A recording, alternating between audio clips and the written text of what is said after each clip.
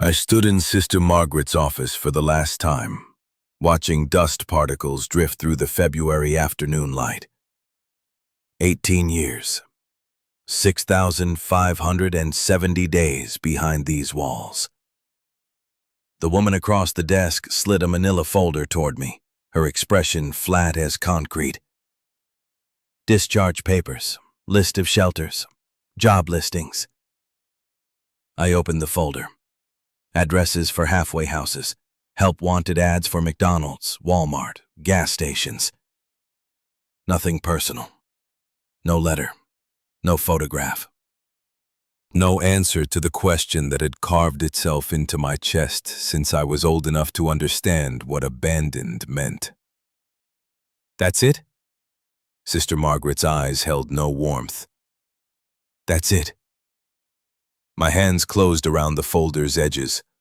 $427 in my pocket, one backpack containing everything I owned, and the certainty that nobody in this world had ever wanted Lily Whitmore. The nun paused, her hand hovering over an open drawer. Something shifted in her face. Not quite sympathy, but close enough to startle me. Actually, there is one more thing. She pulled out a plastic bag, the kind used for evidence or forgotten belongings, dropped it on the desk between us. This was with you when you arrived.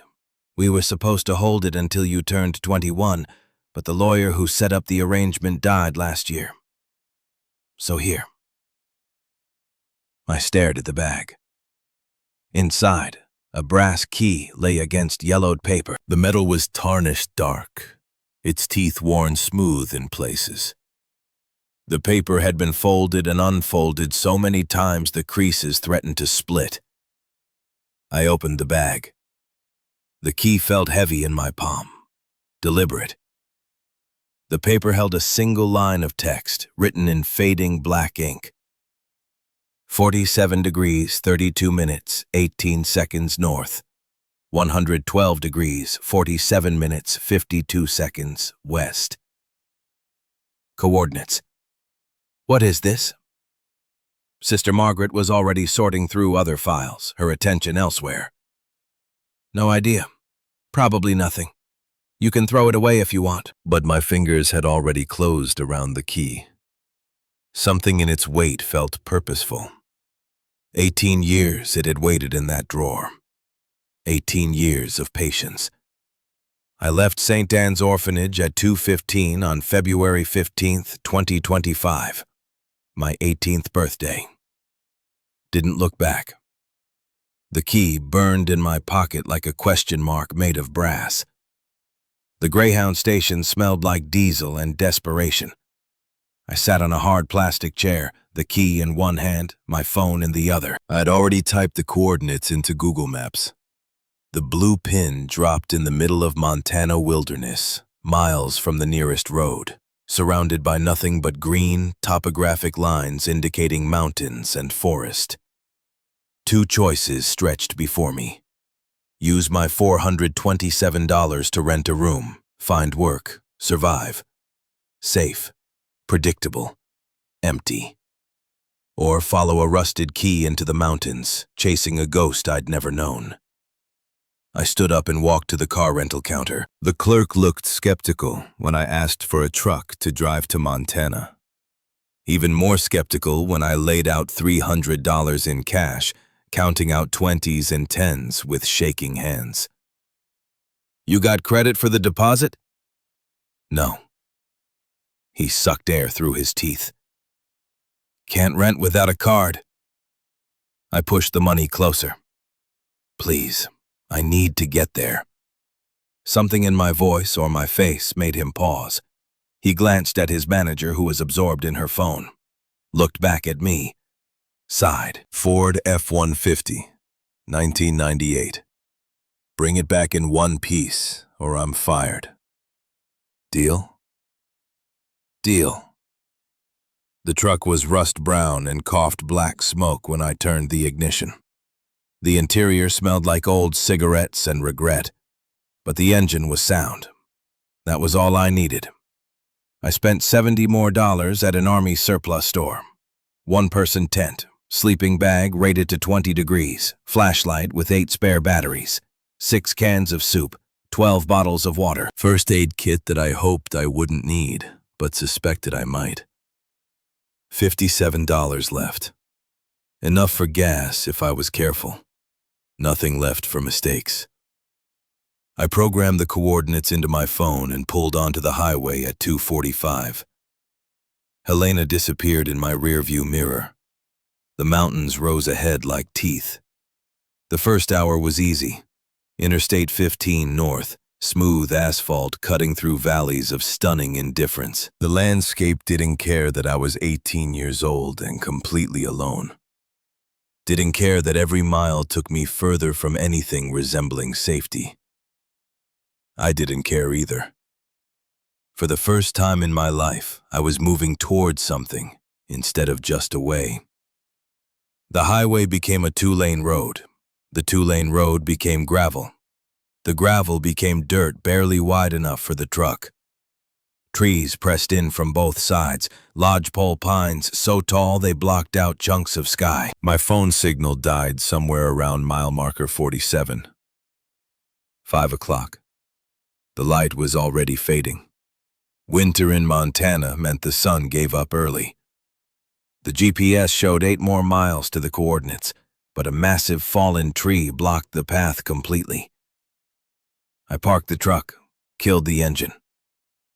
Silence rushed in like water, broken only by wind through high branches and the distant call of something that might have been a hawk. I pulled out my backpack, loaded it with water, soup, the flashlight, first aid kit. The tent and sleeping bag strapped to the bottom. 25 pounds on my shoulders. 8 miles to walk before darkness swallowed everything. I started walking. The forest was a different world. No paths, no markers, just endless trees and undergrowth that grabbed at my jeans with thorny fingers. I climbed over rotting logs, splashed through a creek that soaked my boots, scrambled up rocky slopes using exposed roots as handholds. My phone GPS was my only guide, the blue dot crawling toward the red pin with agonizing slowness. My legs burned, my lungs ached in the thin mountain air, but I kept moving. Darkness came fast. One moment I could see the trees ahead. The next I was clicking on my flashlight and watching the beam barely penetrate the black. The temperature dropped 20 degrees in 20 minutes. My breath came out in white clouds. 6:30. I covered maybe 4 miles. Exhaustion made my bones feel like lead. I found a relatively flat spot beneath a cluster of spruce trees. Pitched the tent by flashlight, my fingers clumsy with cold. The sleeping bag was thin, but better than nothing. I heated a can of soup over the camping stove and ate it straight from the can, not tasting anything. Then I lay in the tent, wrapped in the sleeping bag, listening to the forest breathe. Every crack of a branch made my heart jump. Every rustle could be a bear, or a mountain lion, or something worse. I pulled out the brass key, held it up in the flashlight beam. Someone had left this for me. Someone had written those coordinates with careful precision. Someone had wanted me to come here. But who? And why? The questions followed me into uneasy sleep. I woke to something wet and cold touching my face. Jerked upright, heart hammering, hand fumbling for the flashlight. Dawnlit filtered through the tent fabric, turning everything gray-green. And standing just outside the tent flap, visible through the mesh, was a dog. Not just any dog, an Alaskan Malamute, massive and silver white, its coat the color of fresh snow in moonlight. Amber eyes watched me with eerie intelligence. It didn't bark or growl, just stared. I unzipped the tent slowly. The dog backed up 3 steps but didn't run. It was painfully thin, ribs visible beneath its thick fur, paws muddy and torn. But its eyes held something I recognized instantly. Loneliness. "Hey," I whispered. "You lost too?" The dog's ears twitched. It took one tentative step forward. I remembered the granola bars in my backpack, pulled one out, unwrapped it with slow movements, broke off a piece and tossed it gently. The dog sniffed the food once, then devoured it in a single gulp. Its eyes locked back onto mine. I tossed another piece, closer this time. The dog crept forward, ate, waited. 20 minutes later, it sat 5 feet away, finishing the last of the granola bar from my palm. Its fur was matted but soft. A male, judging by his size. No collar, no tags. Just a survivor, like me. "You need a name." I studied his silver-white coat, the way he seemed to appear and disappear in the dappled forest light. "Ghost. That work for you?" The dog tilted his head, almost like a nod. I packed up camp, shared another granola bar with Ghost, and started walking. This time I wasn't alone. The dog moved ahead of me, weaving through trees with confidence I didn't feel. Several times he stopped and looked back, waiting for me to catch up, almost like he knew where we were going. The GPS said 4 more miles. My legs screamed protest with every step. Blisters formed on my heels, then burst, then reformed. But I kept moving. 10 o'clock. The forest opened into a small clearing choked with blackberry brambles and wild mountain laurel. Ghost stopped at the edge and looked back at me. I checked my phone. The blue dot sat directly on top of the red pin. "We're here." But there was nothing. Just undergrowth so thick I couldn't see the ground. Ghost started pawing at the brambles. His front claws scraped against something that rang metallic. My heart kicked into overdrive. I dropped to my knees and started pulling away vines and dead branches. Thorns ripped into my palms. I didn't care. Under 2 feet of accumulated growth, I found it. A door. 5 feet wide, 7 feet tall, set flush into the hillside. Painted in camouflage greens and browns, so perfect it was nearly invisible. The metal was old but solid, the hinges designed to look rusted but clean underneath. In the center of the door sat a circular lock mechanism, brass, tarnished but intact. I pulled the key from my pocket with shaking hands. The key slid into the lock like it was coming home, turned with a series of heavy clicks that echoed through the clearing. The door shifted. A soft hiss of equalizing air pressure. Then silence. I placed both hands against the cold metal and pushed. The door swung inward on silent hinges. Beyond it, a concrete stairway descended into absolute darkness. Ghost pressed against my leg, warm and solid. Real. I clicked on my flashlight. The beam revealed 42 steps going down at a steep angle. The air rising from below smelled stale, but not toxic. Cool and dry. Every instinct I developed in 18 years of institutional survival screamed at me to run. This was insane, reckless, dangerous. But I'd come too far to turn back now. I started down the stairs. Ghost followed close, his claws clicking on concrete. 42 steps. I counted each one. At the bottom, another steel door. This one had a simple handle. I pushed it open. Motion sensors detected my presence. Overhead lights flickered on with electronic hums. Fluorescent tubes coming to life, one by one, until the entire space blazed with pale, artificial light. I stood frozen, my brain struggling to process what I was seeing. A laboratory. 30 feet long, 20 feet wide, concrete walls and steel beam ceiling. Along the left wall, 8 tall metal filing cabinets in military gray. Along the right wall, a long workbench holding scientific equipment, microscopes under protective covers, test tubes in wooden racks, machines whose purposes I couldn't begin to guess. In the center of the room sat a large desk made of dark wood, completely out of place in this concrete tomb. An old laptop sat on the desk, its screen dark, but its presence suggesting someone had worked here, documented things, left records. The walls were covered with maps, topographical surveys with areas circled in red marker. Photographs pinned to corkboards showing mountain streams, forests, what looked like industrial sites. On one wall, someone had created a massive timeline using string and push pins, connecting dates and events in patterns I couldn't yet decipher. But it was the corkboard directly above the computer monitor that stopped my heart.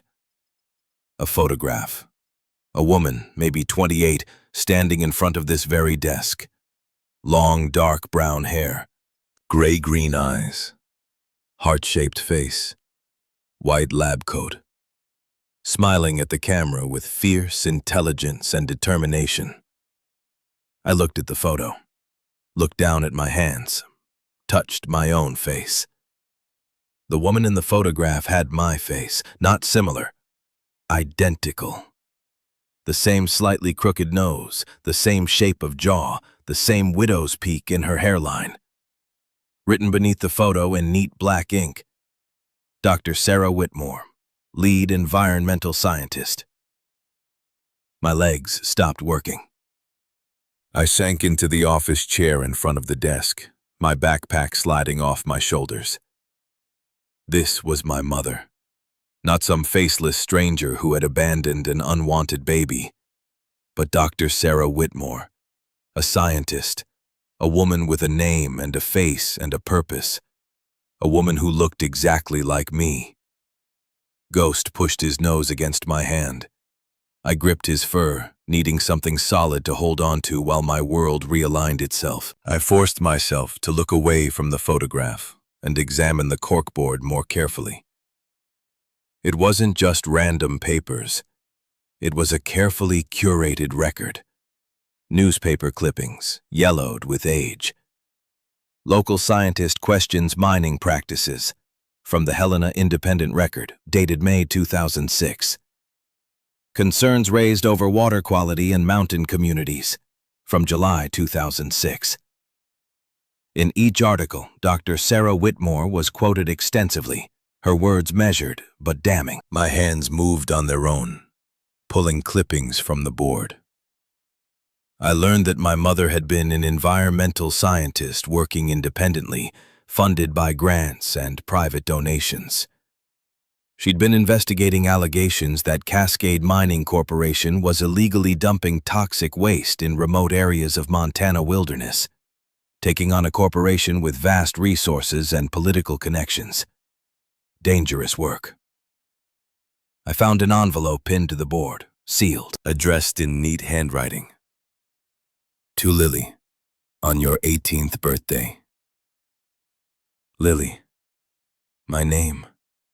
She'd known my name. My fingers trembled so badly I could barely open it. Inside, a single sheet of paper. I had to read it 3 times before the words connected to meaning. My dearest Lily, if you are reading this, it means you found the key and you followed it here, which means you are brave and determined, qualities I always hoped you would inherit from me. I need you to understand something that has haunted me every day since I made the hardest decision of my life. I did not abandon you because I didn't want you. I left you at St. Anne's because it was the only way to keep you safe. The work I do here, the evidence I am gathering, it has made me a target. Cascade Mining Corporation knows I am close to exposing them, and they have made it clear through threats and intimidation that they will stop at nothing to protect their interests. 2 weeks ago, someone broke into my apartment in Helena. Nothing was taken, but the message was clear. They can reach me anywhere. I cannot risk them reaching you. By leaving you anonymously at the orphanage, by erasing every connection between us, I am giving you the only protection I can offer, the shield of invisibility. You will grow up not knowing who I am, and that ignorance will keep you safe from the people who want to silence me. I have left you this key because I must believe, that one day it will be safe for you to know the truth. That one day the evidence I have gathered will have done its work and the threat will have passed. If that day comes, this place and everything in it is yours. My legacy and my love, hidden but never forgotten. Your mother, Sarah. I clutched the letter to my chest and sobbed. For the first time in 18 years, I understood. I hadn't been unwanted. I had been desperately, fiercely loved by a woman who had sacrificed everything, including the chance to watch her daughter grow, to protect me from darkness I was only beginning to comprehend. Ghost pressed against my leg. I wrapped my arms around his neck and cried into his silver fur until I had no tears left. Then I stood, wiped my face, and started searching. The filing cabinets lined the left wall like silent witnesses. I pulled open the first drawer with a metallic screech that echoed through the concrete chamber. Inside, manila folders arranged with obsessive precision, each labeled with dates, locations, reference codes in my mother's neat handwriting. I pulled out the first folder, dated January 2005. Inside, official permits from Cascade Mining Corporation detailing approved waste disposal methods.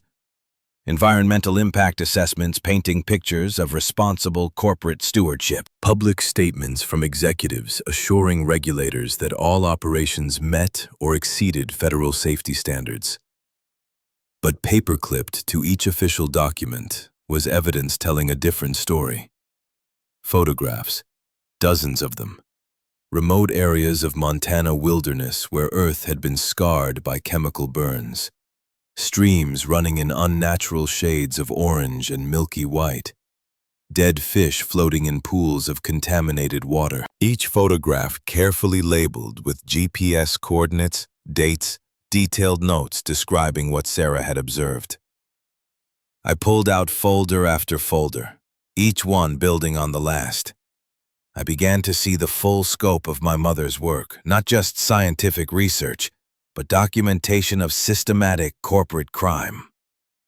She'd spent years tracking Cascade Mining's operations, following their trucks on remote logging roads, documenting their activities in areas far from oversight or public scrutiny. The folders contained soil samples, each sealed in plastic bags with labels indicating where and when they'd been collected. Attached to each sample, laboratory analysis reports showing concentrations of arsenic, lead, mercury, industrial solvents at levels that weren't just illegal, but catastrophically dangerous. Water analysis results were even more damning. Toxic chemicals leaching into groundwater, flowing downstream into watersheds supplying drinking water to towns and communities throughout the region. I found maps with red circles marking contamination sites. Attached to these maps, population statistics and health records Sarah had painstakingly gathered. Clusters of rare cancers, birth defects, chronic illnesses in communities downstream from Cascade's dumping sites. The evidence wasn't circumstantial. It was methodical, scientific, utterly damning. The work of a trained researcher who had followed every thread, documented every connection, built a case that could not be refuted. Then I found the folder that made my hands shake. Labeled simply, Victims. Inside, 347 pages, each page dedicated to one person. Michael Torres, 8 years old. Brain tumor. Diagnosed March 2004. Died September 2004. Home address 3 miles downstream from Site 7. Jennifer Walsh, 32. Leukemia. Diagnosed November 2004. Died February 2005. Well water tested positive for industrial solvents. Emily Dawson, 6 years old. Liver cancer. Diagnosed August 2005. Died November 2005. Lived near Site 12. Page after page after page. Names, faces, ages, most of them children, all of them dead. Sarah had photographed many of these families, images of children in hospital beds, parents with hollow eyes and expressions of helpless rage. Gravestones marking lives cut impossibly short. She'd interviewed each family, documented their stories with respect and care. Understood that behind every data point was a human being, a life that mattered. 347 people. 347 reasons my mother had continued her work even when it became dangerous, even when it threatened her life. I found folders containing internal Cascade mining documents, memos and emails Sarah had somehow obtained. Executive communications showing they were fully aware of the illegal dumping, that they'd calculated the cost of proper disposal versus potential fines if caught, had deliberately chosen to break the law because it was more profitable. One memo, dated November 2006, just 2 months before I was born, discussed the Whitmore problem and mentioned the need to neutralize the threat through legal or extra-legal means. My hands clenched around the paper. My mother had known she was in danger, had known Cascade Mining was willing to destroy anyone who threatened their profits, and she had continued anyway, driven by moral courage that ultimately cost her everything. I stood in that underground laboratory, surrounded by years of meticulous evidence, and understood I wasn't just looking at scientific research. I was looking at my mother's testament, a record of truth that powerful people had tried to bury. And I knew with absolute certainty that I could not let that burial be permanent. Ghost had been exploring the bunker, nose working overtime to process scents I couldn't detect. Now he returned to my side, pressing his solid warmth against my leg, anchoring me. I opened the desk drawer, looking for anything else my mother might have left. My fingers found a wooden box in the back, medium-sized, with my name carved into the lid. For Lily. I lifted it onto the desk. The weight suggested it was full. I opened it with reverence reserved for sacred things. Inside, 247 envelopes, white, arranged chronologically, each one labeled in my mother's handwriting. To Lily, month 1 in the womb. To Lily, month 5 in the womb. To my newborn daughter, Lily. To Lily, age 1, happy birthday. To Lily, age 5, Merry Christmas. To Lily, age 10, I miss you. To Lily, age 18, if you're reading this. 247 letters, written over 18 years plus 9 months of pregnancy. Every birthday, every Christmas, every milestone she would miss. I opened the first envelope with shaking hands. The paper inside was thin, covered in blue ink. Month 1, I found out I'm pregnant today. I'm scared. My work makes me a target. But I'm also so happy. I don't know if I'll ever meet you, but I'm writing this so you know. I wanted you, from the very first moment. Mom. I opened another, and another. Each letter a window into who Sarah Whitmore had been. Not just a scientist fighting corruption, but a mother documenting every feeling, every hope, every dream for the daughter she might never raise. She wrote about feeling me kick for the first time, about the day I was born, most beautiful thing I ever saw, about the 6 weeks she kept me before having to let me go. Every second I memorized your face. Letter 37, written February 27th, 2007. Tomorrow I take you to St. Anne's. You're 6 weeks old, sleeping in my arms right now.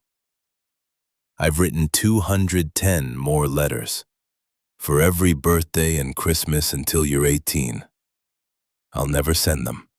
Can't risk them being traced. But they're here, waiting. So if you find this place, you'll know I never stopped loving you. Not for one single day. Mom. I held the box of letters against my chest and wept again. But these tears were different.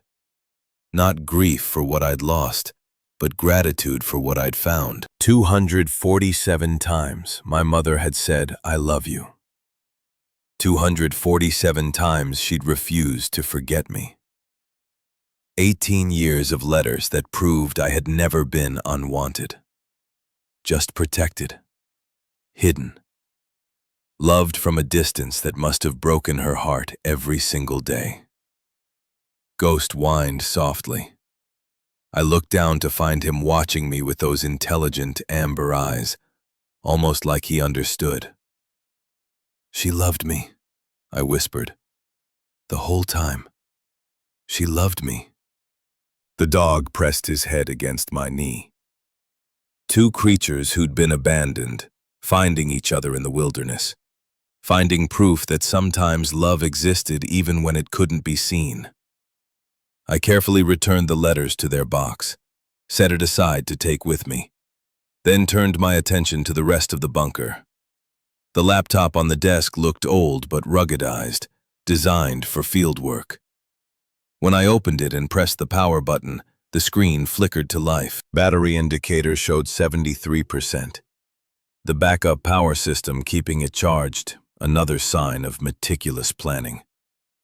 A login screen appeared, requesting a password. I thought for a moment, then typed my birth date, 011-52007. The system accepted it immediately. The desktop loaded, revealing sparse organization.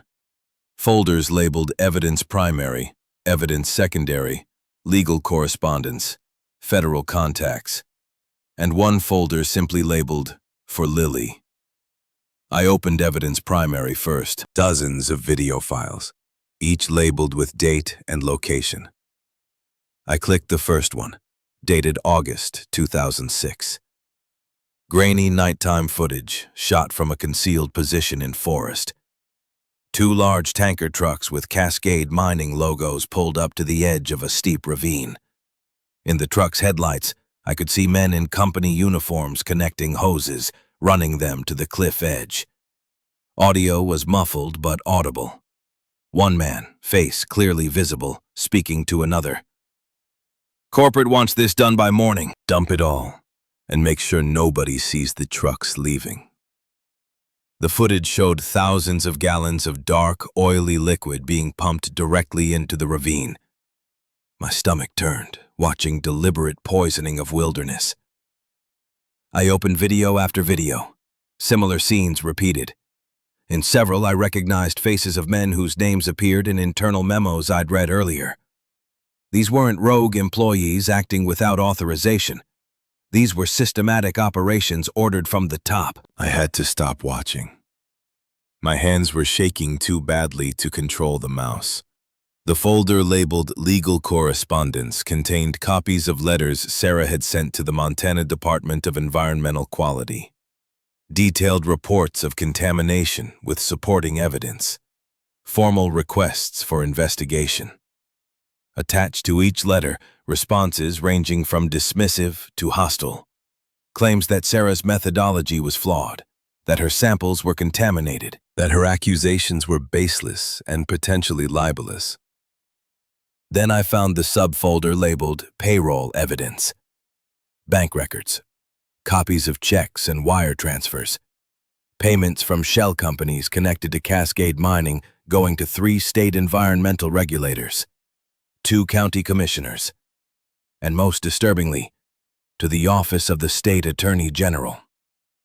My mother had discovered that the very people supposed to enforce environmental law were being paid to look the other way. The federal contacts folder showed Sarah had understood the state system was compromised. She'd begun reaching out to the Environmental Protection Agency and the FBI, building relationships with federal agents outside Cascade's sphere of influence. Email correspondence with an EPA investigator named Robert Morrison, an FBI agent named Catherine Wells. Both had expressed serious interest in Sarah's evidence, had begun preliminary investigations. The last email from Agent Wells was dated January 10, 2007, 4 days before my mother's final letter to me. Dr. Whitmore, your evidence is substantial enough to proceed. We are prepared to offer you federal protection while we build the case. Please respond with your current location, and we will arrange a secure meeting. There was no response from Sarah. She'd run out of time before federal help could arrive. I clicked on the folder labeled "For Lily" with dread, knowing whatever my mother had placed there was meant specifically for this moment. Inside, a single subfolder titled "The Truth About My Death."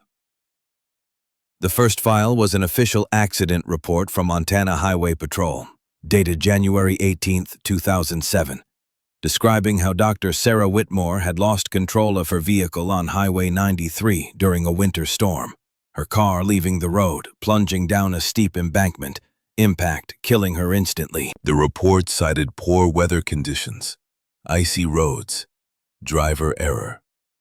Noted no other vehicles were involved. Accident consistent with tragic but common occurrence on Montana's dangerous mountain highways.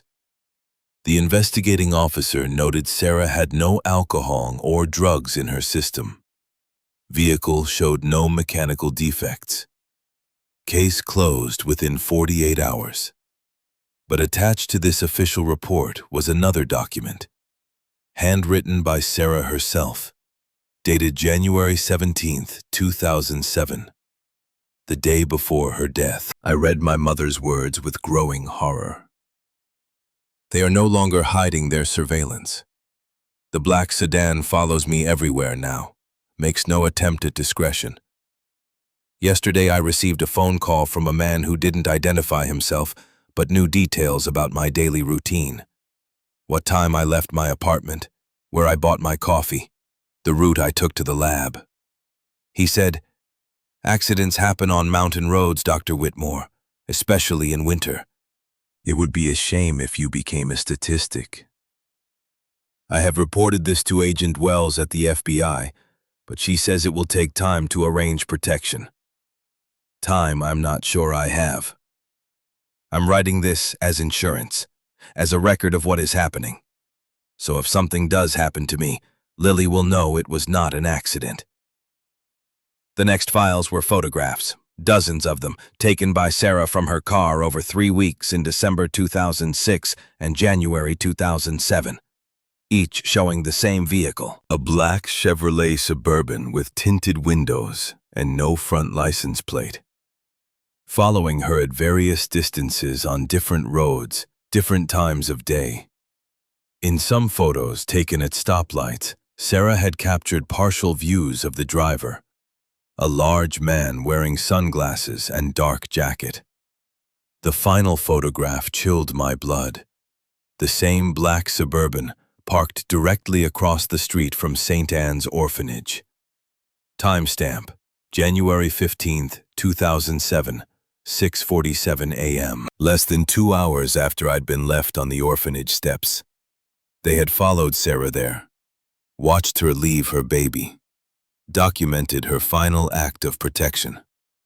And 3 days later, they had killed her.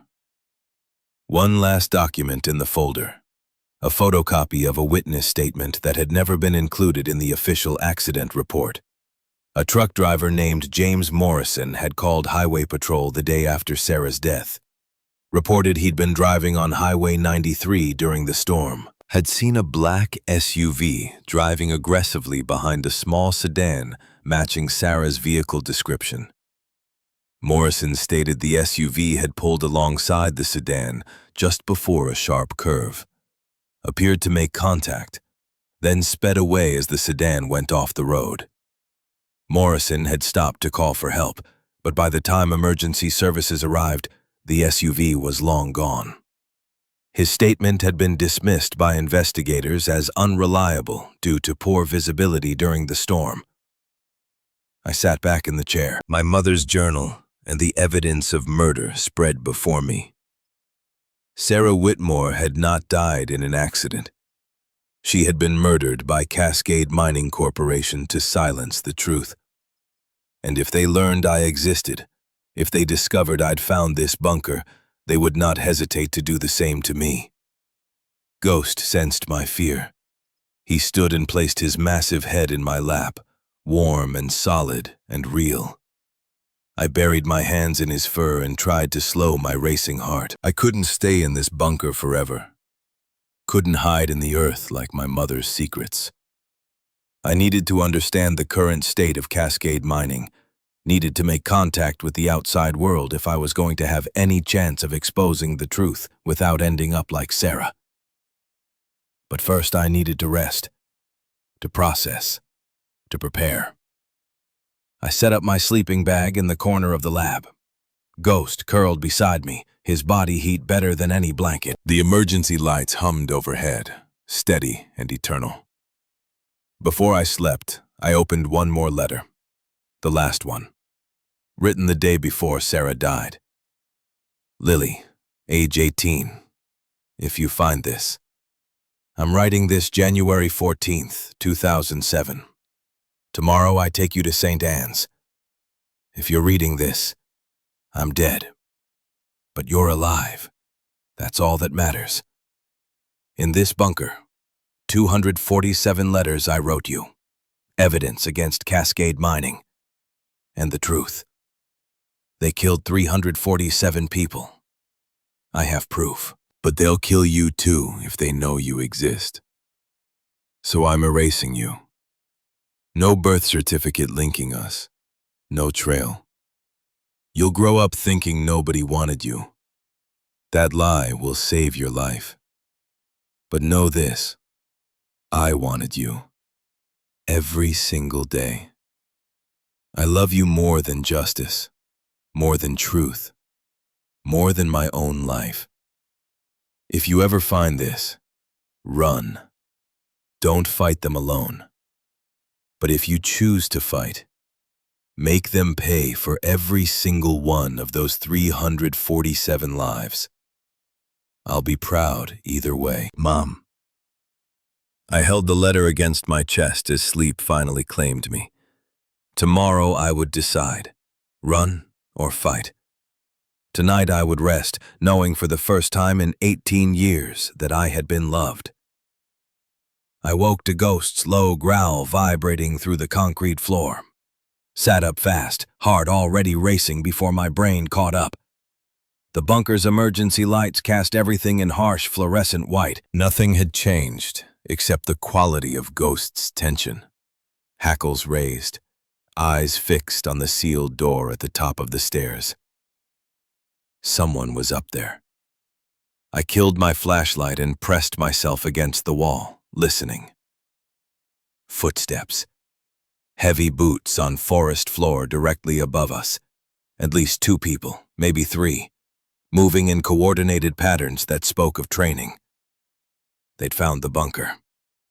Ghost's growl deepened. I clamped my hand over his muzzle, whispering urgency into his ear. The dog understood. Went silent, but stayed coiled like a spring. The footsteps moved away, fading into distance. But they'd be back, and next time they'd come prepared. I had maybe an hour, maybe less.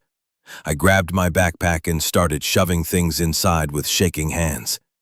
The hard drive from the laptop, I yanked it free without bothering to shut down properly.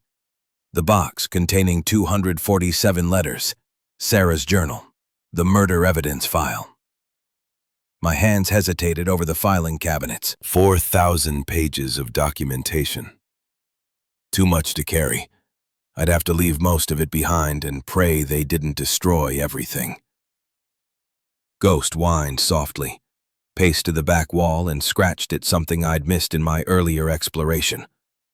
I followed his lead and found it, a seam in the concrete, almost invisible. My fingers traced the outline of a door painted to match the walls perfectly. A steel handle recessed into a shallow depression. I pulled. The door swung open on well-oiled hinges, revealing darkness beyond. Taped to the inside of the door, a small envelope labeled Emergency Exit. Inside, a hand-drawn map showing tunnel systems, old mining shafts from the 1800s running through these mountains. Sarah had drawn a route in red ink. One tunnel connected directly to the bunker, 3 miles through the earth to emerge at an abandoned mining camp on the far side of the ridge.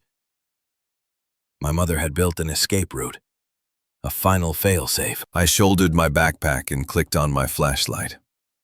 Ghost went into the tunnel first, nose working the stale air. I pulled the door closed behind us and started walking into the mountain's heart. The tunnel was narrow, ceiling so low I had to duck. Walls of raw rock that wept moisture in places.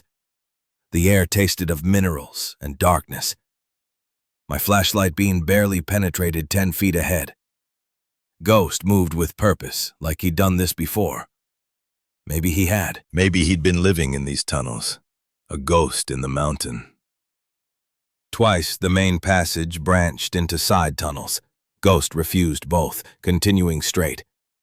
I trusted his instincts over my own. When my light swept one of the rejected passages, I saw why.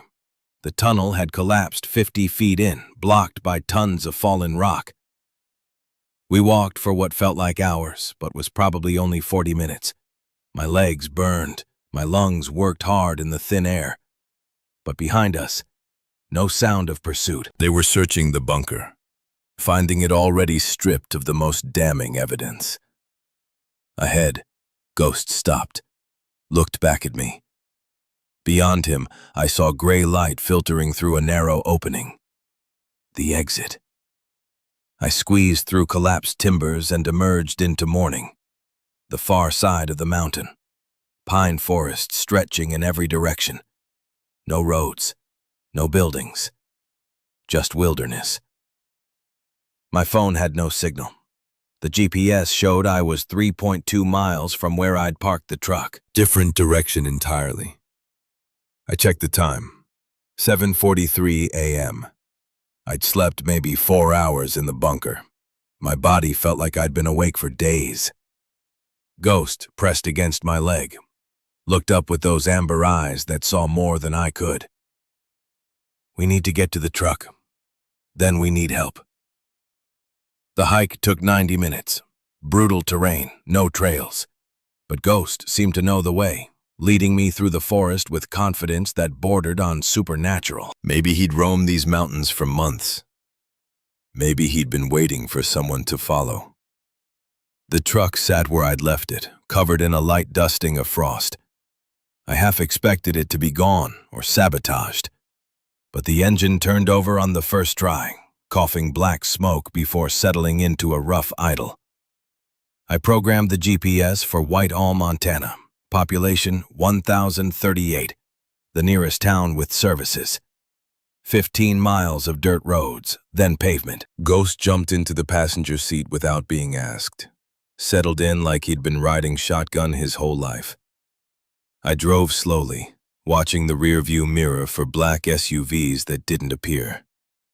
The forest gave way to scrubland, then to the first signs of civilization. A fence line, a distant barn, a gravel road that became asphalt.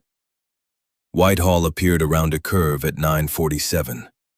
Main Street lined with buildings that looked like they'd been standing since the 1950s. A diner, general store, gas station, auto repair shop. I drove past them all once, studying, looking for threats that might not be obvious. Then I saw the sign that stopped my heart. Whitmore Auto Repair, established 1982. My mother's last name. Right here. 15 miles from the bunker. I pulled into the gravel lot. The garage had 2 bays, both empty. An old Ford pickup sat off to one side, paint faded to primer gray. The building itself was weathered metal siding streaked with rust. A man emerged from inside, wiping oil-stained hands on a rag. Early 70s, white hair, lean build, like someone who'd worked with his hands all his life. He wore coveralls that had seen better decades. He looked up at my truck. Then his eyes found my face through the windshield. The rag fell from his hands. He staggered back 2 steps, catching himself against the doorframe. His lips moved, forming a single word I couldn't hear, but could read. Sarah. I killed the engine and got out slowly. Ghost stayed in the truck, watching through the window. The old man stared at me like I'd risen from a grave. His face had gone pale beneath weathered tan. One hand pressed against his chest like he was checking for a heartbeat. I'm not Sarah, I managed. My voice came out rough. But I think she was my mother. He made a sound somewhere between a gasp and a sob, reached out with one shaking hand, stopped himself before touching me. You're real. You're actually real. Who are you? Henry. His voice broke on the name. Henry Whitmore. Sarah was my daughter. My grandfather. Standing right here. Alive. Real. He gestured weakly toward the office. Please, come inside. The office was cluttered with decades of automotive accumulation. A desk buried under parts catalogs and invoices. A coffee pot that looked like it predated the Reagan administration. 2 mismatched chairs. Oil change reminder stickers covering one entire wall. Henry lowered himself into one chair like his legs had stopped working. I took the other. We stared at each other across 3 feet and 18 years of absence. She had a baby. He said it like he still couldn't believe it. She had you, and I never knew. She left me at St. Anne's Orphanage when I was 6 weeks old. They gave me this yesterday. I pulled out the key. It led me to a bunker in the mountains, to her research, to letters she wrote me. Henry closed his eyes. Tears leaked from the corners and tracked down his weathered face. I begged her to stop. His voice was barely audible. The investigation, the evidence gathering. I told her she was going to get herself killed, that you can't fight corporations that powerful and win. He opened his eyes, meeting mine. We had terrible arguments, said things we could never take back. The last time I saw her, she told me she would rather die standing up for truth than live on her knees in comfortable ignorance. He paused, wiped his face with the back of his hand. I was angry. Told her she was throwing her life away for nothing. Then I didn't hear from her again. What happened when she died? The police said it was an accident. Highway 93. I knew better but couldn't prove it. His hands clenched into fists on his knees. 3 days after her funeral, a man came to this shop. Lawyer representing Cascade Mining. Said the company was aware of my loss. Wanted to offer their condolences in the form of a settlement. He stood abruptly, moved to an old filing cabinet, pulled out a folder. $50,000. I opened it. Bank statements. A check dated January 24th, 2007. Deposit confirmation. He never said the words directly, but the message was clear. Take the money, stay silent, and I would be safe. If I spoke out, Henry's voice broke completely. I took their blood money and stayed quiet for 18 years. I've lived with that every single day, knowing I let my daughter's murder go unavenged because I was a coward. I reached across the desk and took his weathered hand in mine.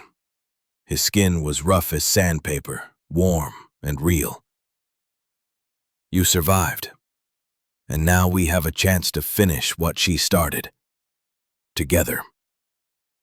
Henry gripped my hand like I might disappear. What did you find in that bunker? I told him everything. The 247 letters, the evidence of systematic poisoning, the 347 victims, the internal memos, the video footage, the proof that Sarah had been murdered. As I spoke, something changed in his face, the shame giving way to something harder, something that looked like purpose. I have more.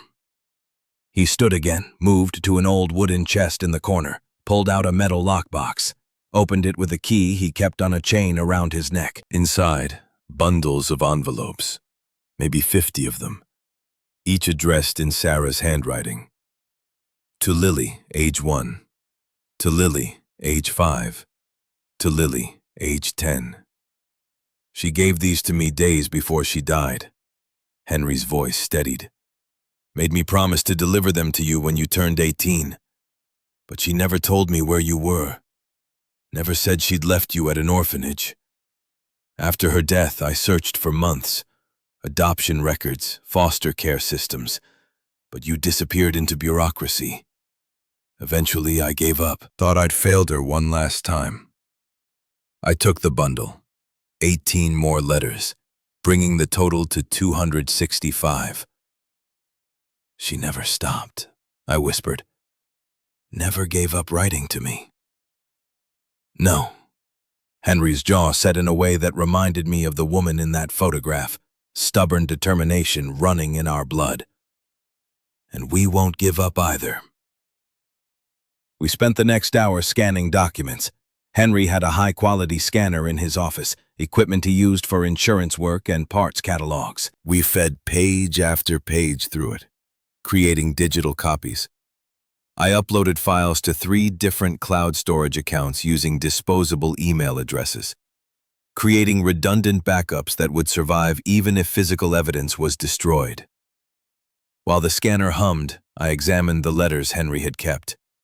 Read about my first steps, first words, first everything Sarah had missed but documented through sheer love and imagination. Then a sleek black Mercedes SUV pulled into the lot. New, expensive, completely out of place in this working-class town where most vehicles were practical trucks covered in mud. The woman who stepped out wore a charcoal suit that probably cost more than Henry's monthly income. Mid-50s, perfectly styled dark hair, the kind of presence that commanded boardrooms. She walked directly to the office, heels clicking on concrete, knocked with confidence that suggested doors always open for her. Henry glanced at me, question in his eyes. I nodded and slid the letters into my backpack, kept my hand near the zipper. The woman entered with a practiced smile, extended a manicured hand first to Henry, then to me. Henry Whitmore. And you must be Lily. I didn't take the offered hand. After a moment, she lowered it. The smile never wavered. My name is Vanessa Harding. I'm Vice President of Legal Affairs for Cascade Mining Corporation. I'm here to discuss a matter of mutual benefit. Henry's face went hard as stone. Get out of my shop. Vanessa pulled the leather folder from her briefcase, ignoring his words. I'll be direct. We are aware that you have come into possession of certain historical materials related to research conducted by Dr. Sarah Whitmore nearly 2 decades ago. She slid a document across the desk, a check already filled out, made payable to Lily Whitmore, for $2 million. This is a generous offer. It would allow you to start your life with substantial financial security. Pursue any education or career path you desire. Travel the world if you wish. Her tone remained reasonable, friendly. All we ask in return is that you sign a simple non-disclosure agreement and turn over any documents, recordings, or digital files related to your mother's research. I looked at the check, at the amount that would indeed change my life, that would erase 18 years of poverty and uncertainty. I thought about the photographs in the bunker, the poisoned streams, the dying wildlife, the health records showing clusters of cancer in communities downstream from Cascade's dumping sites. I thought about Sarah's final words, urging me to have courage to stand against those who valued profit over life. No, the research isn't for sale. Vanessa's smile disappeared like it had never existed. Her face became a mask of cold professionalism. That's disappointing, Miss Whitmore. I had hoped you would be more pragmatic than your mother. She leaned forward slightly. Sarah Whitmore made the mistake of believing that moral righteousness could overcome practical reality. And look where that idealism got her. A tragic accident on a mountain road, dying alone in the cold, leaving behind an infant daughter who grew up in an orphanage without knowing her mother's name. The threat was explicit now, the friendly veneer stripped away. Accidents run in families, Miss Whitmore. Genetic predispositions, inherited risk factors. You understand? Her eyes were ice. I would encourage you to think very carefully about what matters more to you. Pursuing justice for events that happened before you were even born, or ensuring you have a future to pursue at all. She placed a business card on the desk, collected her folder. You have 48 hours to reconsider this offer. After that, I cannot guarantee your safety, or your grandfather's. She walked out. The Mercedes pulled away with expensive quietness. Henry stood frozen, knuckles white where he gripped the desk edge. They're going to kill us. Not if we move faster than they expect. I pulled out the satellite phone I'd bought at the surplus store. My mother had federal contacts, people who believed in her work. We need to reach them before Cascade can stop us.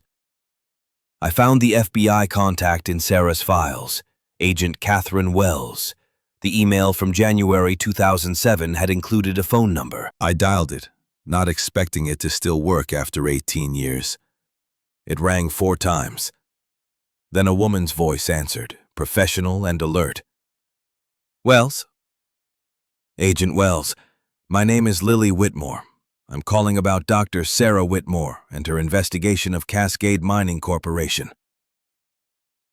Silence stretched for several seconds. When she spoke again, her voice had completely changed. The professional detachment replaced by intense focus. Sarah Whitmore. I haven't heard that name spoken aloud in almost 2 decades. A pause. Who are you really, and how did you get this number? I explained quickly, identifying myself as Sarah's daughter, describing the bunker and the evidence I'd found, telling her about the threats and Vanessa Harding's visit. I could hear rapid typing on a keyboard, an agent already working the case. I worked with your mother for 6 months before she died. She was the most thorough researcher I ever collaborated with, meticulous and fearless. Agent Wells's voice carried old grief. She was building a case that would have brought down Cascade Mining's entire executive structure. Then she died in what the authorities called an accident.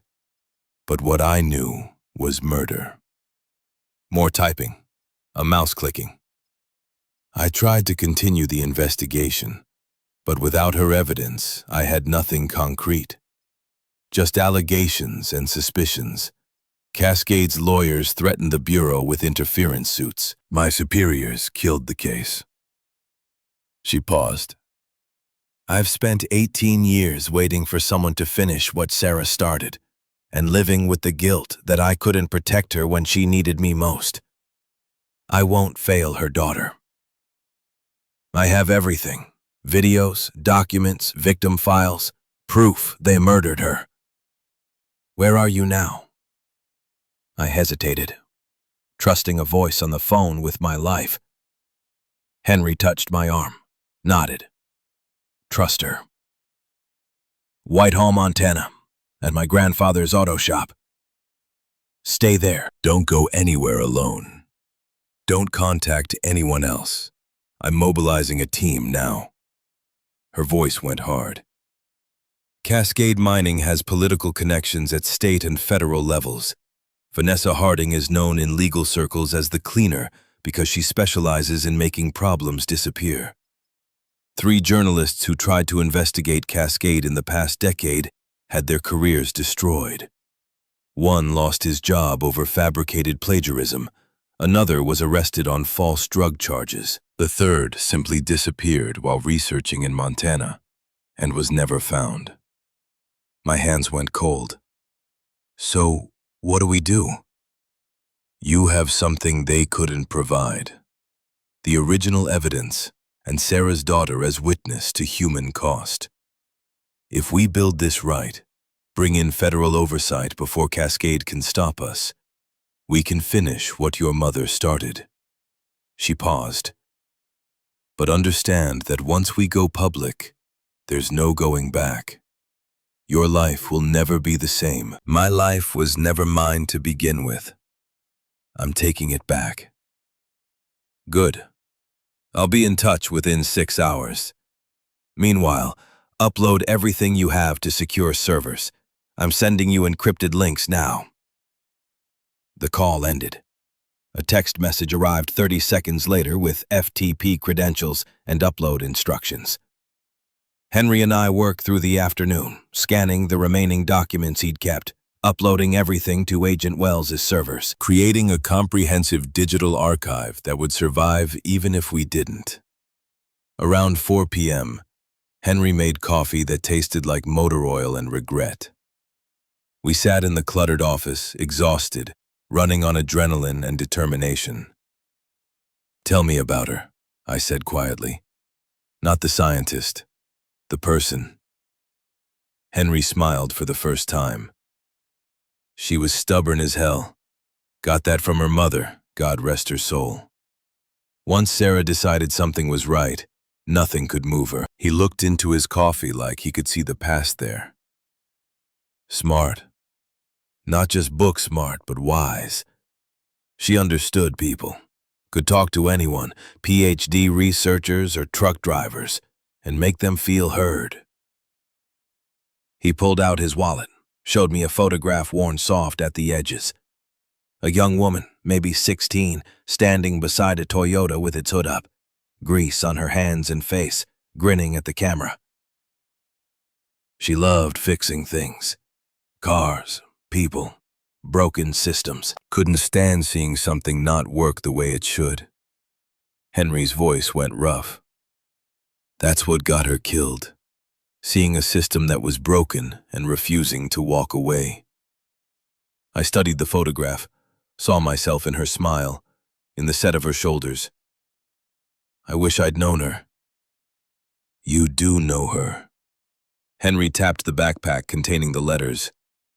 Every word she wrote, every piece of evidence she gathered, that's who she was. Someone who loved you enough to sacrifice everything so you could live.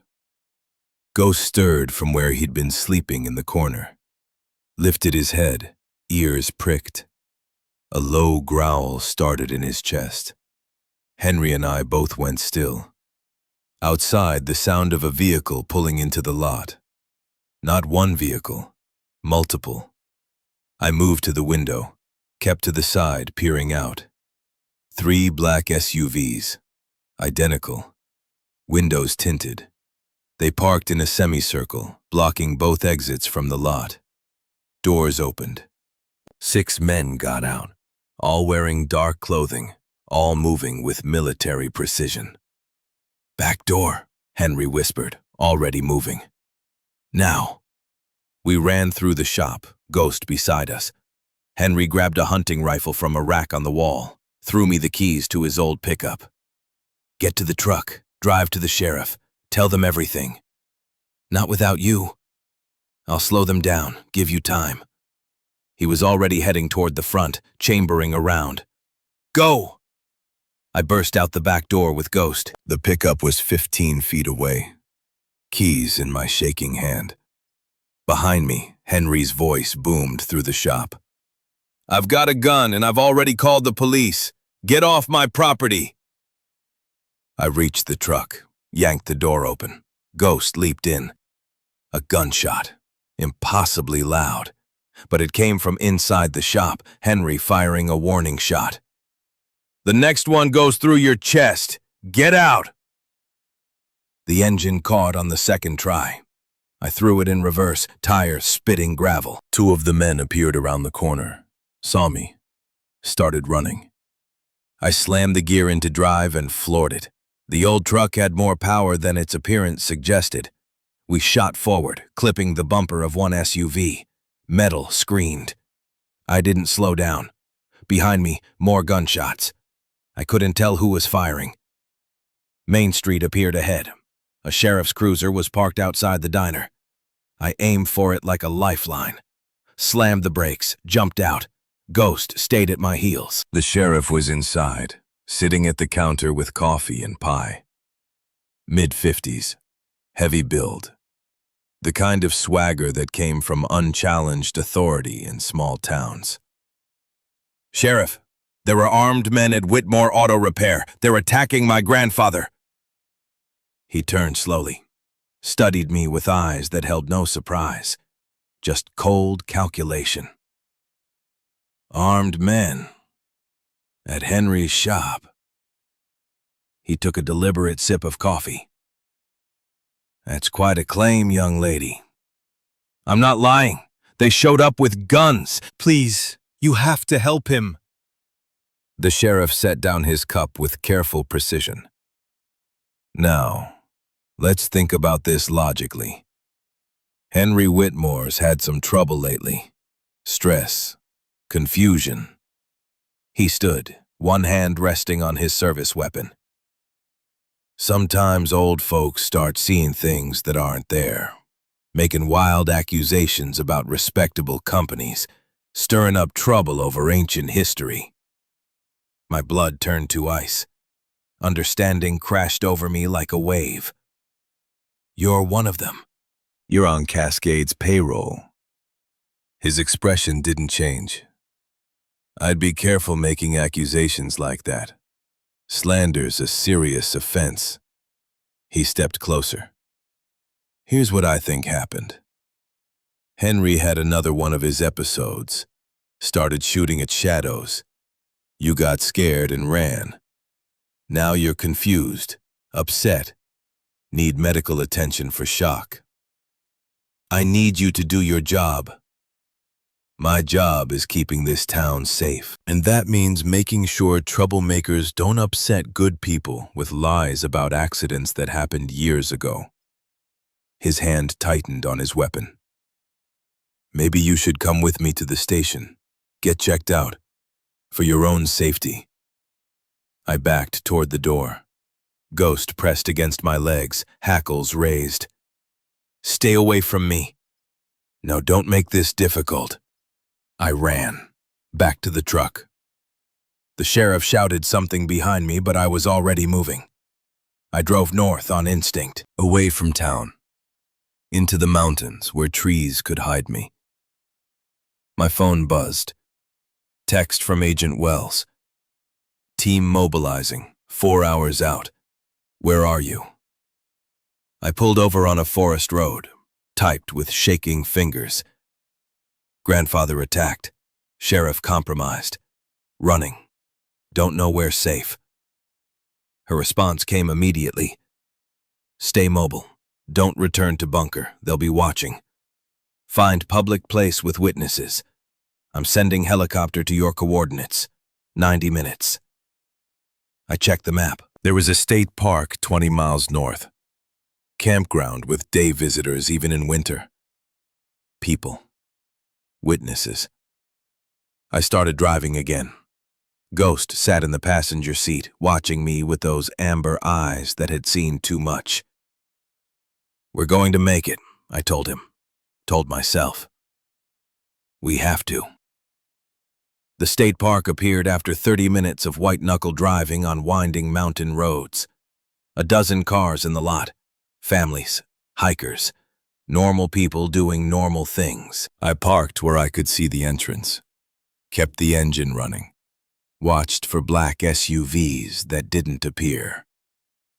Agent Wells called at 6:15. "Lily, talk to me. Are you hurt?" "No, but my grandfather. I don't know if he's okay. Those men at his shop." Local law enforcement just reported a disturbance at Whitmore Auto Repair. No shots fired, no injuries. Henry Whitmore claims it was a misunderstanding. Her voice went gentle. "He's protecting you, giving you time to get clear." The sheriff's dirty. He tried to detain me. "I know. We've been building a file on Sheriff Drummond for 2 years. Payments from shell companies, unreported income. He's part of the network." She paused. "But he's also smart enough not to touch you with witnesses around. You did the right thing getting to a public place. What happens now?" "Now you wait. Helicopter's en route. ETA 45 minutes. When it lands, you get on board. We bring you to Helena FBI field office." You give a formal statement. We execute search warrants on Cascade Mining's offices simultaneously. "They threatened to kill me. 48 hours, Vanessa said. Which is why we're moving tonight, before they expect us to act." Agent Wells's voice hardened. "Cascade Mining is used to having time to pressure people, to make problems disappear quietly. But we're not giving them time. We're hitting them fast and hard with the full weight of federal law enforcement." I sat in the truck as daylight faded. Watched families pack up their picnic gear. Hikers return from trails. The ordinary rhythm of life continuing around me while my world burned. Ghost rested his head on my lap. I stroked his silver fur and tried to keep my hands from shaking. The helicopter appeared at 7:03, descending into the parking lot with rotor wash that sent leaves and dust swirling. FBI markings clear on the side. 2 agents in tactical gear jumped out before the skids touched ground, scanned the area with professional efficiency. One waved me forward. I grabbed my backpack and ran, Ghost beside me. The agents helped us both into the helicopter. The door slammed shut, and we were airborne before I'd even buckled in. Helena appeared below as the last light died. City lights spreading in the valley. The helicopter banked toward a building complex on the north side, landed on a rooftop pad. Agent Catherine Wells was waiting when we descended. Mid-40s, dark hair pulled back, intense eyes that missed nothing. She wore an FBI windbreaker over professional clothing. She didn't offer to shake hands, just studied my face for a long moment.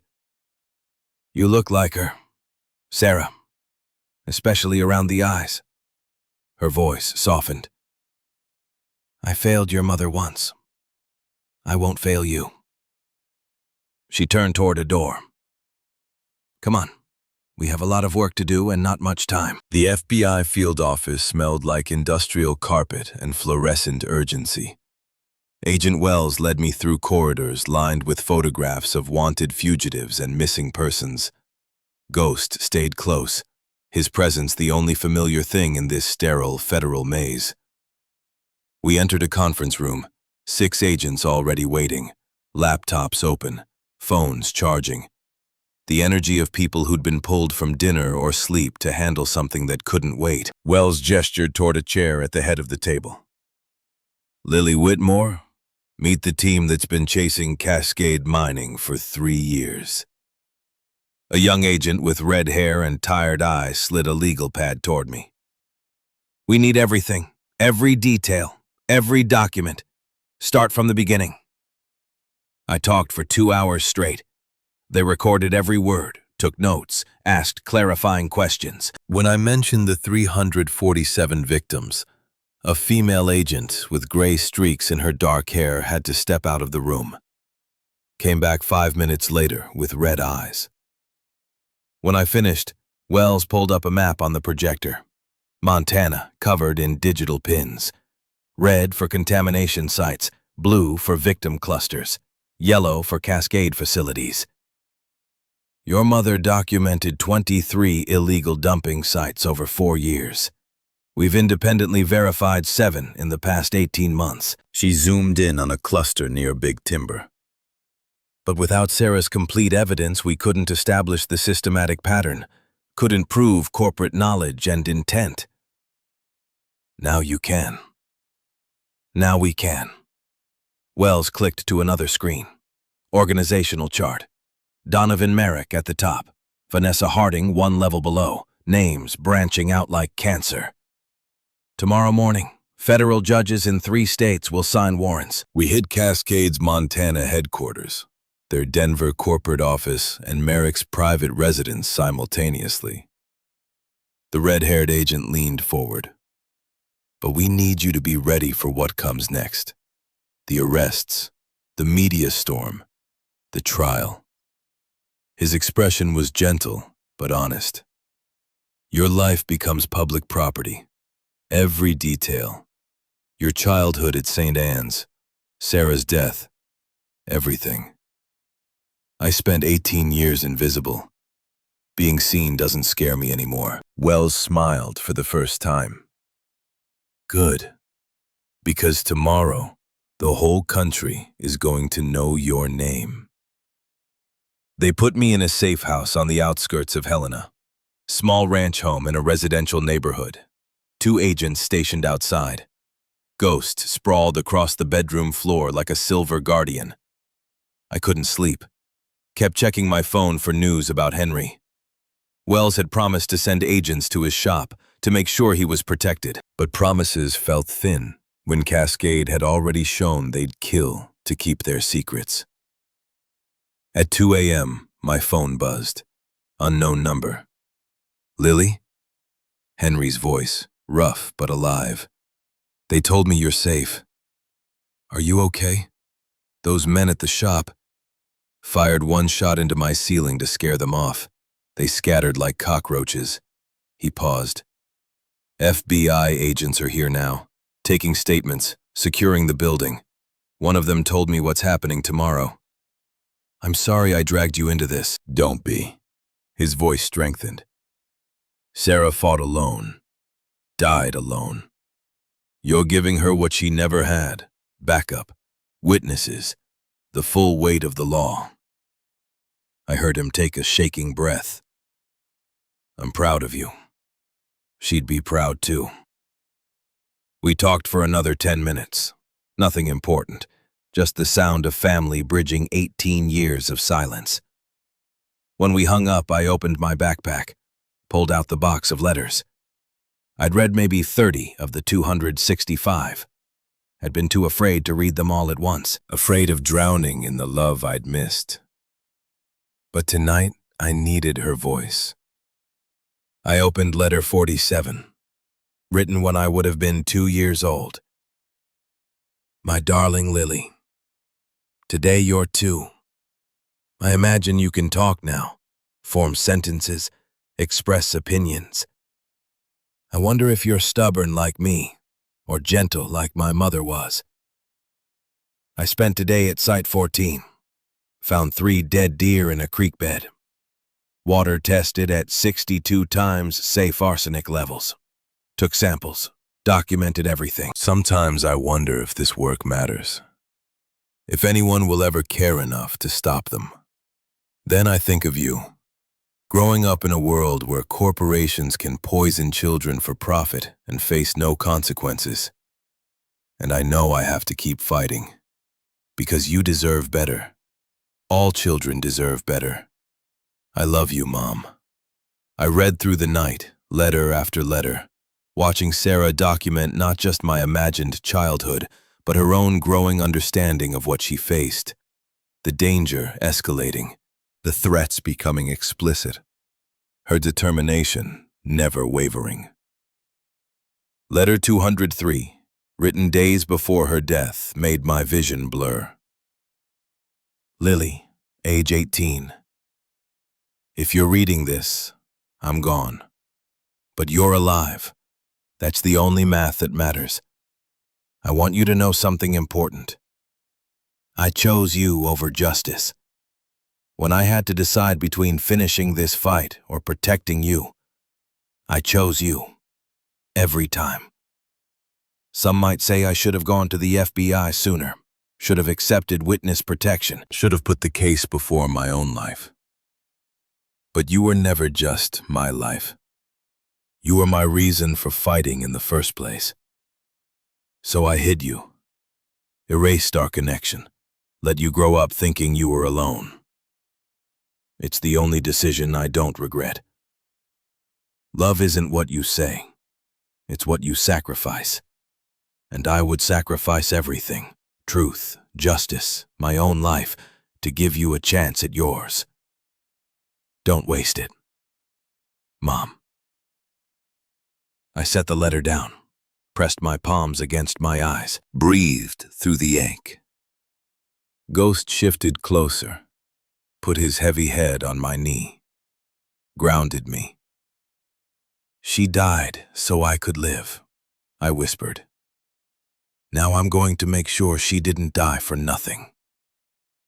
Morning came fast.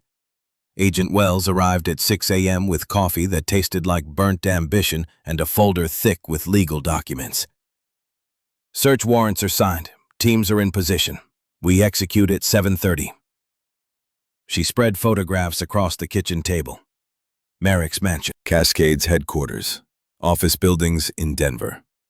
We'll have him in custody by 9. What about Vanessa Harding? Her too.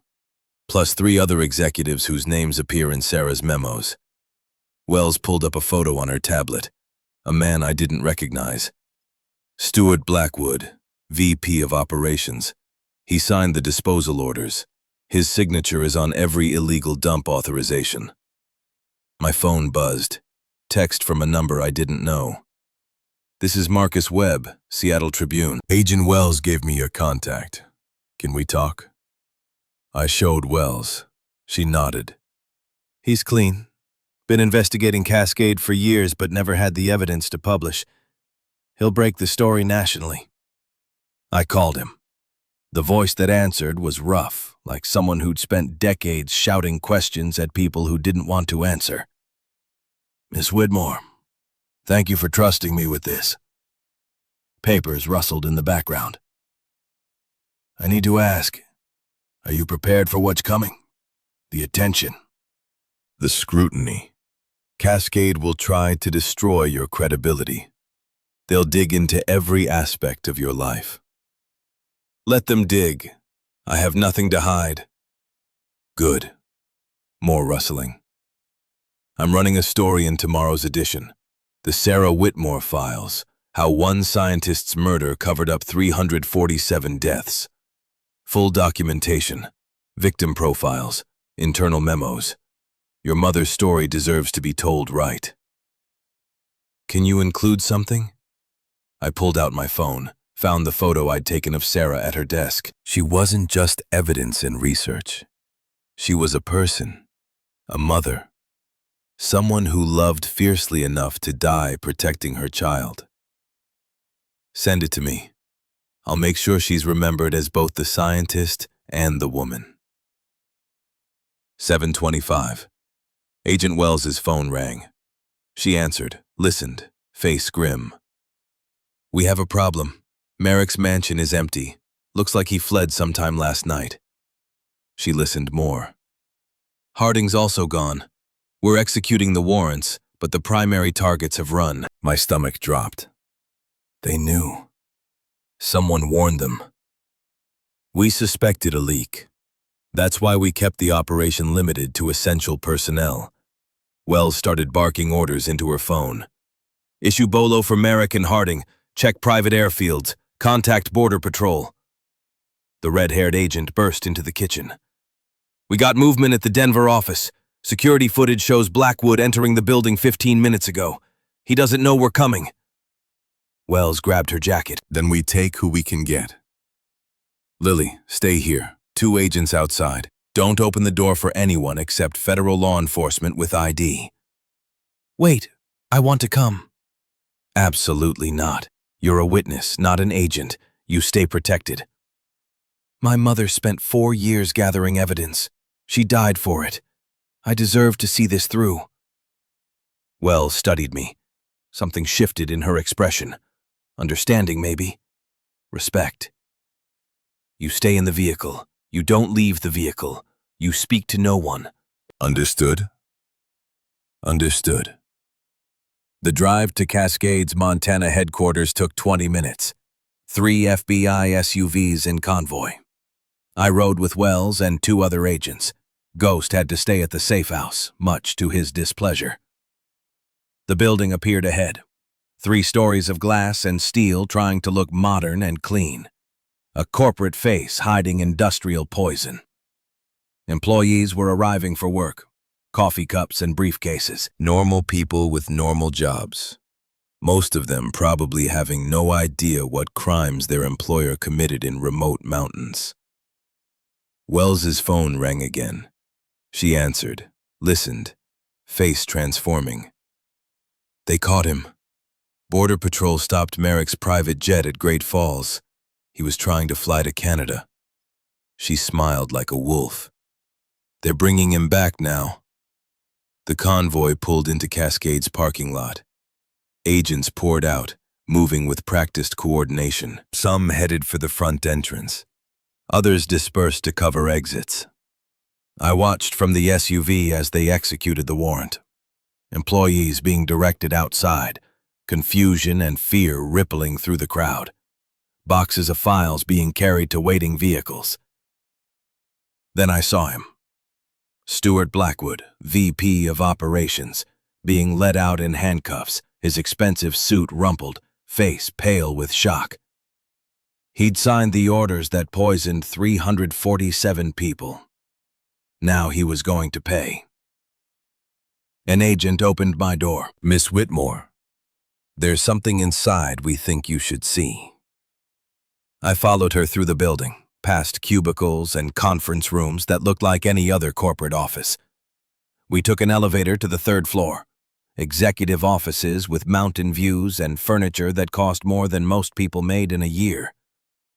She led me to a large office, nameplate on the door, Donovan Merrick, CEO. Inside, the walls were covered with photographs, ribbon-cutting ceremonies, charity events. Merrick shaking hands with senators and governors. The respectable face of a man who'd ordered murder. But on his desk, visible now that agents had searched it, sat a folder labeled, Whitmore Problem, Resolution. I opened it with shaking hands. Inside, surveillance photos of Sarah. Her apartment, her car, her daily routes. Photos of St. Anne's Orphanage.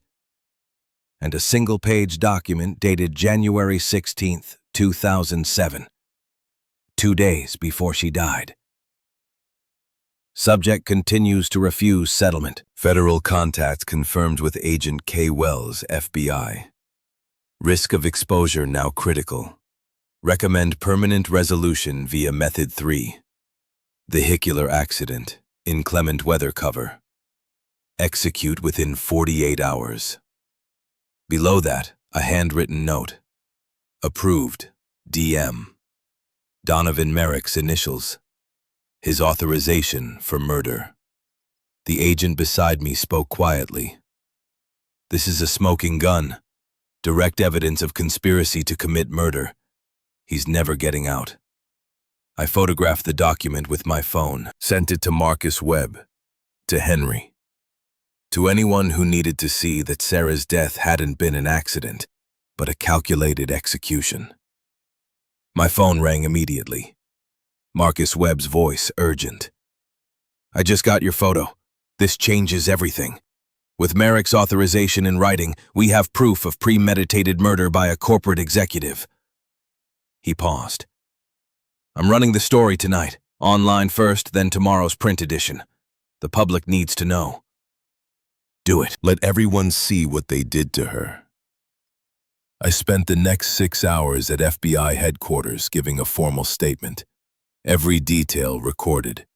Every piece of evidence cataloged. My testimony would form the foundation of the federal case. Agent Wells sat in on the entire session. When we finished, she slid a folder across the table. Stuart Blackwood is talking. Gave up Merrick and Harding in exchange for a reduced sentence. He's providing names, dates, bank records. Confirming everything in Sarah's documentation, plus crimes she didn't know about. She opened the folder. Internal emails, financial records. A conspiracy that went deeper than even my mother had discovered. Cascade Mining wasn't just dumping waste. They were running a protection racket. Towns that complained got threatened. Journalists who investigated had their careers destroyed. State officials who tried to enforce regulations were either bribed or blackmailed. Wells looked at me directly. Your mother stumbled into something bigger than environmental crimes. She found systemic corruption that reaches into state government, law enforcement, even federal agencies. How many people are involved? We're still mapping the network, but based on Blackwood's testimony and your mother's files, we're looking at arrests in the dozens.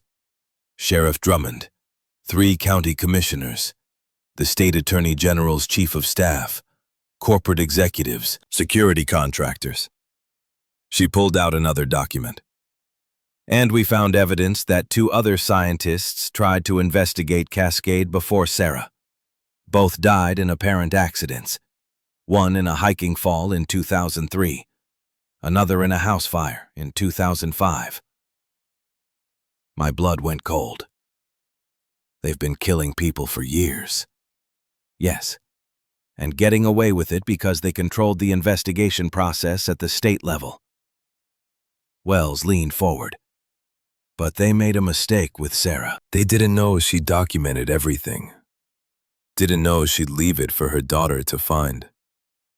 Didn't know that 18 years later, the truth would come crawling out of that bunker to destroy them. At 9 p.m., Marcus Webb's story went live on the Seattle Tribune website. Within 30 minutes, it was trending nationally. By 10 p.m., CNN, NBC, and Fox were all running segments. I watched from the safe house as my mother's face appeared on television screens, as reporters detailed her investigation, as victim families were interviewed, finally getting to tell their stories. Margaret Sullivan appeared on NBC, mother of Michael Torres, the 8-year-old who died of brain cancer. She held his photograph while she spoke. Dr. Whitmore came to see us in 2004, told us she suspected the water was poisoned. We didn't believe her, thought she was paranoid. Mrs. Sullivan's voice broke. Then Michael got sick, and she was there, took samples, documented everything, promised she'd make them pay. She looked directly at the camera. It took 18 years, but her daughter is finishing what she started. Michael's death won't be forgotten. My phone rang. Unknown number. I almost didn't answer. Is this Lily Whitmore? A woman's voice. Older. Tired. Yes. My name is Elizabeth Dawson. My daughter Emily died in 2005. She was 6 years old. Liver cancer. A pause. I saw the news. About your mother. About what you found. I'm so sorry about Emily. Your mother visited us right before she died, showed us her research, told us Emily's death wasn't our fault, that the company had poisoned our water and they'd pay for it. Mrs. Dawson's voice strengthened. We've been waiting 18 years for justice. Thank you for giving us that. The calls kept coming. Families who'd lost children, people who'd gotten sick, communities that had been poisoned. All of them thanking me for something Sarah had done. For evidence she'd gathered. For the fight she'd died fighting. I fell asleep sometime after midnight with my phone still ringing. Ghost curled at my feet. The weight of 347 lost lives pressing down like gravity. The preliminary hearing was scheduled for 6 weeks later, federal courthouse in Helena, the largest case in Montana history. I walked into the building flanked by Agent Wells and 2 federal marshals. Ghost beside me, officially registered as my support animal. The media presence was overwhelming. Cameras, reporters shouting questions, protesters holding signs demanding justice. Inside, the courtroom was packed. I took my seat at the prosecution table. Across the aisle, Donovan Merrick sat in an expensive suit that couldn't hide the fact he was wearing handcuffs. Vanessa Harding sat beside him. She'd been caught trying to cross into Mexico with false documents. Her practiced composure cracked now. She wouldn't meet my eyes. Stuart Blackwood sat separately. He'd taken a plea deal, would testify against his co-conspirators in exchange for 20 years instead of life. The judge entered. Older woman with steel gray hair and eyes that had seen too many corporate criminals walk free. But not today. The prosecutor stood. Federal Attorney Jennifer Martinez. Sharp. Relentless. She'd spent 3 weeks building an airtight case. Your Honor, the United States will prove that Cascade Mining Corporation, under the direction of CEO Donovan Merrick, engaged in systematic environmental crimes, resulting in the deaths of 347 American citizens. We will prove that when Dr. Sarah Whitmore discovered these crimes and attempted to expose them, Mr. Merrick personally authorized her murder. She pulled up the document I'd found on Merrick's desk, the smoking gun. This memorandum, in Mr. Merrick's own handwriting, orders Dr. Whitmore's assassination. Permanent resolution via Method 3. Those 4 words are a murder confession. Merrick's lawyer tried to object. The judge shut him down with a look that could freeze nitrogen. Martinez spent the next 3 hours walking through the evidence.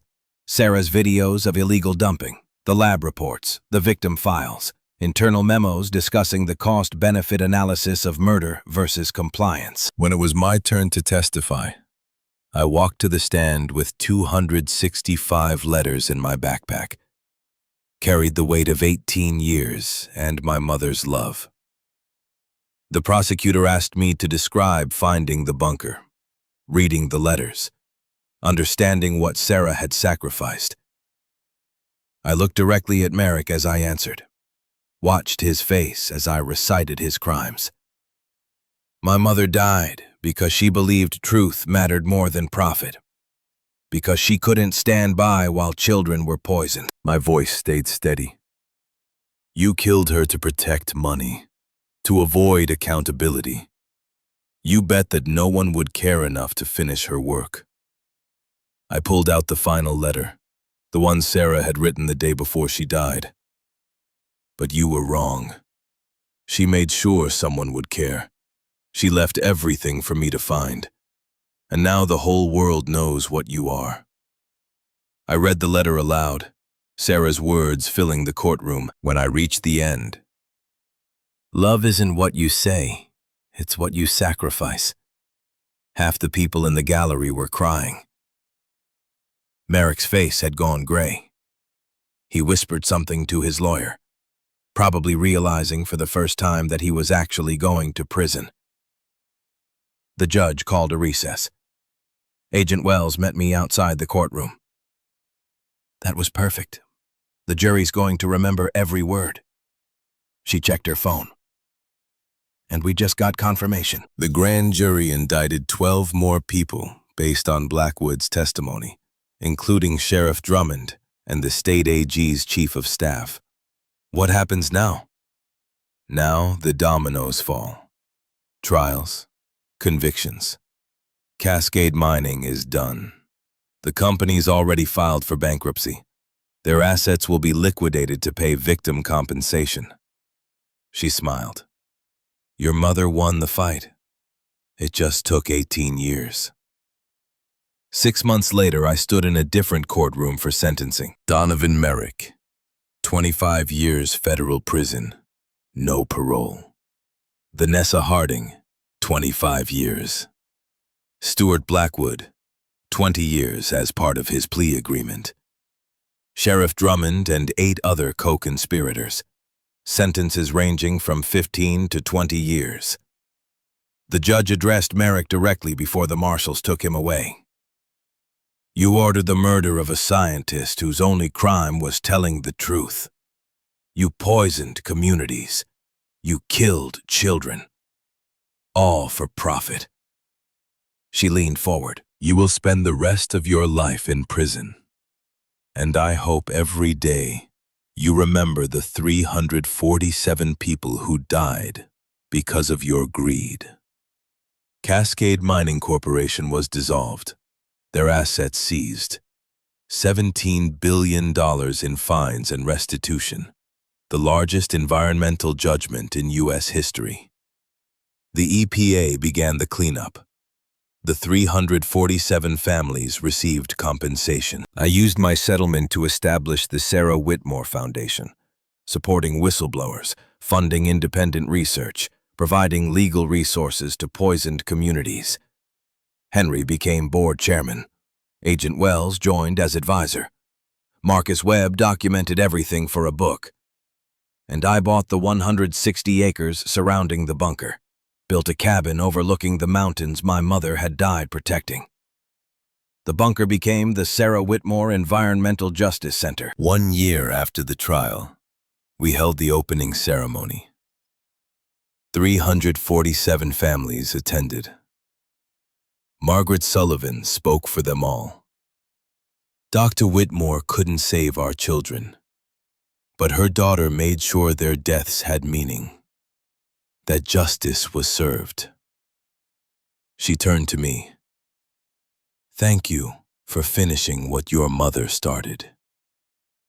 That evening, I drove to Helena, to the cemetery where Sarah was buried. The headstone read, "She died so truth could live." I knelt in the grass, placed fresh flowers. Mom, I'm 19 today. 1 year since I found your bunker, since I learned who you really were. I pulled out a letter I'd written to her. You died so I could live. Now I'm living so you won't be forgotten. So those 347 people won't be forgotten. So the next corporation that thinks profit is worth murder will remember what happened here. I stood, looked at the mountains painted gold by sunset. I love you, Mom. I always will. Ghost waited by the truck. We drove back to the cabin as stars emerged. Tomorrow I would return to the foundation, continue the work Sarah had started. Tonight I sat on the porch with Ghost beside me, opened another of her letters, let her voice guide me. I wasn't the orphan who'd left St. Anne's with nothing. I was Lily Whitmore, daughter of Dr. Sarah Whitmore, inheritor of purpose. And every day I would make sure her sacrifice wasn't wasted.